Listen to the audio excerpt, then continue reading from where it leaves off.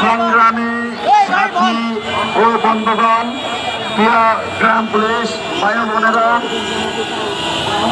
আপনারা কিছু কায়দা, যুদ্ধের কিছু কায়দা শিখিয়ে দিই, তাহলে যুদ্ধ করতে পারবেন। কায়দা আর কায়দা না জানলে যুদ্ধে জয় হওয়া যায় না।